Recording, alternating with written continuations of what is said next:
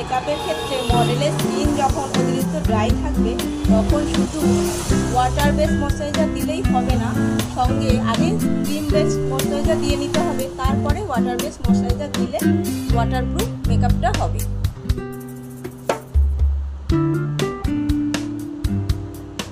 গরমে এটা ছাড়া ওয়াটারপ্রুফ মেকআপ একেবারে অচল।